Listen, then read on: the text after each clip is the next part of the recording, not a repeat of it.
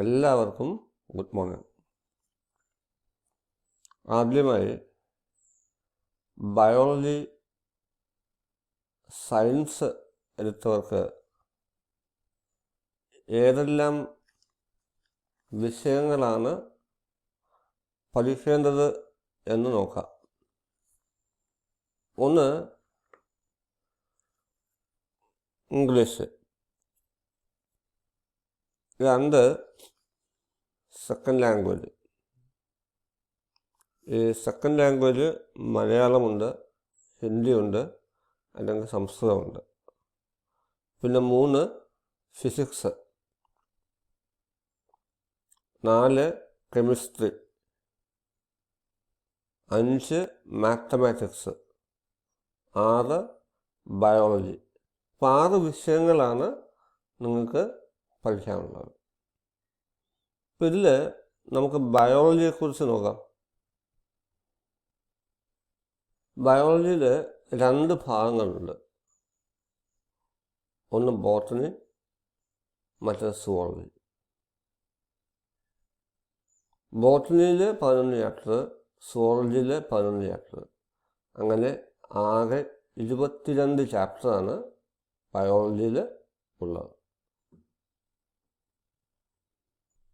ഇനിയിപ്പോൾ നമുക്ക് എക്സാമിനേഷൻ്റെ കാര്യം നോക്കാം.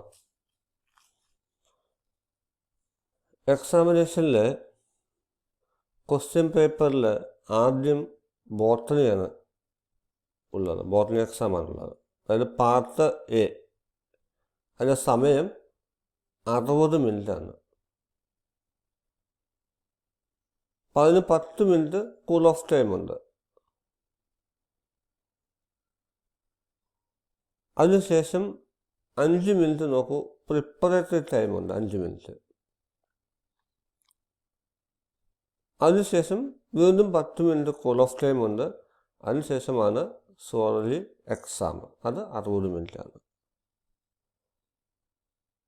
ഒന്നുകൂടെ നോക്കുക. ക്വസ്റ്റ്യൻ പേപ്പറിൽ ആദ്യം ബോട്ടണി എക്സാമാണുള്ളത്. അതിന് 60 മിനിറ്റാണ് സമയം. അതിന് മുമ്പ് 10 മിനിറ്റ് കൂൾ ഓഫ് ടൈമുണ്ട്. അപ്പോൾ എക്സാം എഴുതി കഴിയുമ്പോൾ 5 മിനിറ്റ് പ്രിപ്പറേറ്ററി ടൈമുണ്ട്.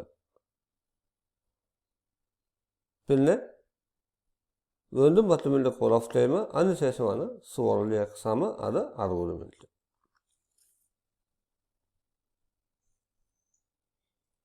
ഇനി നമുക്ക് ഓരോ വിഷയത്തിനും 30 മാർക്കിൻ്റെ ക്വസ്റ്റ്യനാണുള്ളത്. Botany 30 mark, zoology 30 mark. Theory exam 30, 60. ഇനി ഇത് കൂടാതെ കണ്ടിന്യൂസ് ഇവാലുവേഷൻ വഴി നേടിയെടുക്കാവുന്ന ഇൻറ്റേർണൽ മാർക്കുണ്ട്. അത് 10 മാർക്ക് ബോട്ടണി, 10 മാർക്ക് സുവോളജി. അങ്ങനെ മൊത്തം 20 മാർക്ക്. അപ്പോൾ ബയോളജി എക്സാമിന് നമുക്ക് 30 + 30 60 + 10 70 + 10 80. മൊത്തത്തിൽ 80 മാർക്കാണ് ഉള്ളത്. മനസ്സിലായി എന്ന് വിശ്വസിക്കുന്നു. ഇനി നമുക്ക് ക്വസ്റ്റ്യൻ പേപ്പറിലേക്ക് പോകാം. നമുക്ക് 30 മാർക്കിൻ്റെ ക്വസ്റ്റ്യനാണ് സുവോളജി എക്സാമിനുള്ളത്. അപ്പോൾ ആദ്യം ക്വസ്റ്റ്യൻസ് നോക്കൂ. 1 മുതൽ 5 വരെയുള്ള ക്വസ്റ്റ്യൻസുകൾ. ഇതിൽ ഏതെങ്കിലും 3 എഴുതിയാൽ മതി. നിങ്ങൾക്ക് ഇഷ്ടമുള്ള അറിയാവുന്ന ഏതെങ്കിലും 3. ഓരോന്നിനും ഓരോ മാർക്കാണ്. അങ്ങനെ മൊത്തം 3 മാർക്കാണുള്ളത്. ഇനി നോക്കൂ, ക്വസ്റ്റ്യൻസ് 6 മുതൽ 16 വരെ, അതായത് 11 ക്വസ്റ്റ്യൻസ്. അത് ഇതിൽ 9 എഴുതിയാൽ മതി. ആൻസർ എനി 9 എഴുതിയാൽ മതി. ഓരോ ക്വസ്റ്റ്യൻസിനും 2 മാർക്ക് വീതമാണ്. അങ്ങനെ മൊത്തം 9 × 2 = 18 മാർക്കാണ് മൊത്തത്തിലുള്ള മാർക്ക്.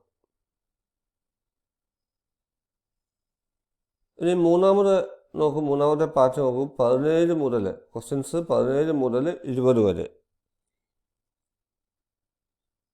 ഇപ്പം ഇതിൽ ഏതെങ്കിലും 3 ക്വസ്റ്റ്യൻസ് എഴുതിയാൽ മതി. Answer any 3. ഓരോ ക്വസ്റ്റ്യൻസും നോക്കൂ 3 മാർക്കാണ്. അപ്പോൾ 9 മാർക്ക്. 3 ആകുമ്പോൾ 3 ഗുണം 3 9 മാർക്കാണ്. അപ്പോൾ ഈ 4 ക്വസ്റ്റ്യൻസിൽ 17 മുതൽ 20 വരെയുള്ള 4 ക്വസ്റ്റ്യൻസിൽ ആൻസർ എനി 3 ആണ്. ഓരോ ക്വസ്റ്റ്യൻസിനും 3 മാർക്ക്. അങ്ങനെ 9. അപ്പോൾ നോക്കൂ, 3 + 18 + 9 30 മാർക്ക്. ഇതാണ് ടോട്ടൽ മാർക്സുകളുടെ ഡിസ്ട്രിബ്യൂഷൻ. ഇപ്പോൾ മനസ്സിലായി എന്ന് തോന്നുന്നു അല്ലേ? ക്വസ്റ്റ്യൻസ് 1 മുതൽ 5 വരെ ഏതെങ്കിലും 3 എണ്ണം എഴുതുക. ക്വസ്റ്റ്യൻസ് 6 മുതൽ 16 വരെ ഏതെങ്കിലും 9 എണ്ണം എഴുതുക. 17 മുതൽ 20 വരെയുള്ള ക്വസ്റ്റ്യൻസുകളിൽ ഏതെങ്കിലും 3 എണ്ണം എഴുതുക. അപ്പോൾ ചോയ്സ് ഉണ്ട്. ഇതാണ് ക്വസ്റ്റ്യൻസിൻ്റെ ഒരു രീതി എന്ന് പറയുന്നത്. പിന്നെ നമുക്ക് ടെക്സ്റ്റ് ബുക്കിലേക്ക് പോകാം. അപ്പോൾ NCERT ടെക്സ്റ്റ് ബുക്കാണ്. മൊത്തം സുവോളജി 11 ചാപ്റ്റേഴ്സാണുള്ളത്.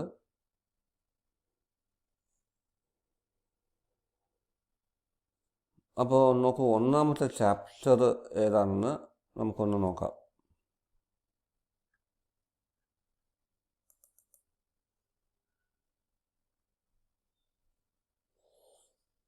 നോക്കൂ, ഒന്നാമത്തെ ചാപ്റ്റർ ലിവിങ് വേൾഡാണ്. Living world.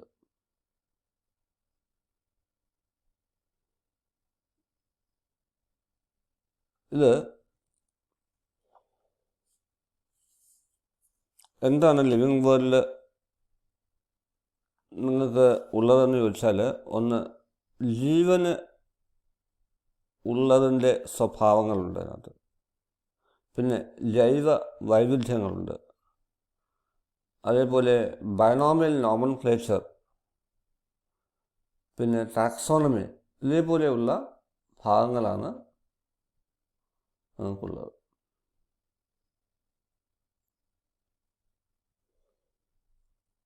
പിന്നെ ചാപ്റ്റർ 2, ഇതാണ് ചാപ്റ്റർ 2, ആനിമൽ കിങ്ഡം. 4ാമത്തെ ചാപ്റ്ററാണ് ആനിമൽ കിങ്ഡം. ഇതാണ് 2ാമത്തെ ചാപ്റ്റർ.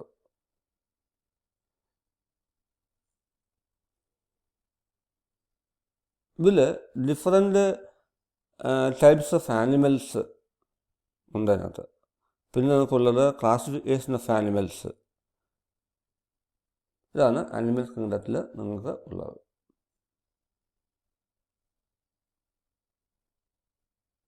ഇനിയും 3ാമത്തെ ചാപ്റ്റർ നോക്കൂ, chapter 7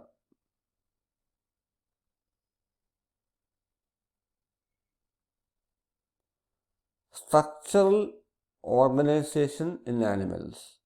structural organisation in animals. ഇതാണ് സുവോളജിയിലെ 3ാമത്തെ ചാപ്റ്റർ.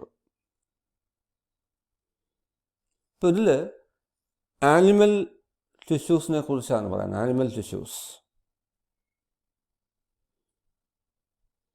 അതുകൂടാതെ കോക്രോച്ചിൻ്റെ മോർഫോളജി, അനാറ്റമി, ഇതെല്ലാം ഉള്ളത് ഈ സ്ട്രക്ചറൽ ഓർഗനൈസേഷനിലാണ്. Structural organisation. ഇനി 4ാമത്തെ ചാപ്റ്റർ ഇതാണ്, ബയോമോളിക്യൂൾസ്. ചാപ്റ്റർ 9 ബയോമോളിക്യൂൾസ് ആണ് സുവോളജിയിലെ 4ാമത്തെ ചാപ്റ്റർ. അതായത് എന്താണ്, ജൈവ തന്മാത്രകളെക്കുറിച്ച് ഉള്ള കാര്യങ്ങളാണ് ഈ ചാപ്റ്ററിൽ പറയുന്നത്. ഇനിയും ഉള്ള 7 chapters ഫിസിയോളജിയെക്കുറിച്ചാണ്.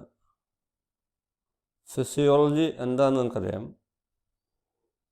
Study of body functions ആണ്. മനുഷ്യ ശരീരത്തിലെ പ്രധാനപ്പെട്ട അവയവ വ്യവസ്ഥയെക്കുറിച്ചാണ്, അതായത് ഓർഗൻ സിസ്റ്റം, ഇനിയും ഉള്ള 7 ചാപ്റ്റേഴ്സുകൾ. അതിൽ ഒന്നാമത്തേത് നോക്കൂ, ഡൈജഷൻ ആൻഡ് അബ്സോർപ്ഷൻ. ഇതാണ് 5ാമത്തെ ചാപ്റ്റർ. ഇതിൽ ഡൈജസ്റ്റീവ് സിസ്റ്റം ആണ് പഠിക്കുന്നത്, മനുഷ്യ ശരീരത്തിലെ ഡൈജസ്റ്റീവ് സിസ്റ്റം. ഇനി നോക്കൂ, next chapter breathing and exchange of gases.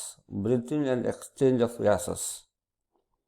ഇതിൽ റെസ്പിറേറ്ററി സിസ്റ്റത്തിനെ കുറിച്ചാണ് പഠിക്കുന്നത്. Next one body fluids and circulation. അതിൽ ബ്ലഡ്, അതേപോലെ ഹാർട്ട് മുതലായവയെക്കുറിച്ചാണ് പഠിക്കുന്നത്. Then excretory products and their elimination. Excretory products and their elimination. അതിനകത്ത് നമ്മൾ കിഡ്നി, അതേപോലെ യൂറിൻ ഫോർമേഷൻ, അതെല്ലാമാണ് അതിനകത്തുള്ളത്. Then locomotion and movement, next ചാപ്റ്ററാണത്. അതിൽ നമ്മൾ എന്താ പറയുന്നത്, സ്കെലിറ്റൽ സിസ്റ്റം ഉണ്ട്, മസ്കുലേറ്ററി സിസ്റ്റംസ് ഉണ്ട്. ഇതെല്ലാം ഈ ലോക്കോമോഷൻ ആൻഡ് മൂവ്മെൻറ്റ്സിലാണ്. ദെൻ നോക്കൂ, ന്യൂറൽ കൺട്രോൾ ആൻഡ് കോർഡിനേഷൻ. അതിൽ നെർവസ് സിസ്റ്റം, അതിനെക്കുറിച്ചാണ് നമ്മൾ പഠിക്കുന്നത്. ദെൻ ലാസ്റ്റ് വൺ നോക്കൂ, chemical coordination and integration. Chemical coordination and integration. അതിൽ ഹോർമോൺസുകൾ, എൻഡോക്രൈൻ സിസ്റ്റംസുകൾ, ഇതെല്ലാം അതിനകത്താണ് വരുന്നത്. ഇതാണ് ഫിസിയോളജിയിലുള്ള 7 ചാപ്റ്റേഴ്സുകൾ. Digestion and absorption, breathing and exchange of gases, body fluids and circulation, excretory products and their elimination, locomotion and movement, neural control and coordination, chemical coordination and integration. അപ്പോൾ ഇത് 7 മുമ്പേ നമ്മൾ 4 പറഞ്ഞു. അങ്ങനെ 7 4 11 ചാപ്റ്റേഴ്സാണ് ആകെ സുവോളജിയിൽ ഉള്ളത്. ബാക്കിയുള്ളത് ബോട്ടണിയാണ്. അത് ടീച്ചർ പറയും. ഇതാണ് നമുക്ക് ആദ്യമായി പറയാനുള്ളത്. ബാക്കി നമുക്ക് നെക്സ്റ്റ് ക്ലാസ്സിൽ നോക്കാം. ഓക്കെ.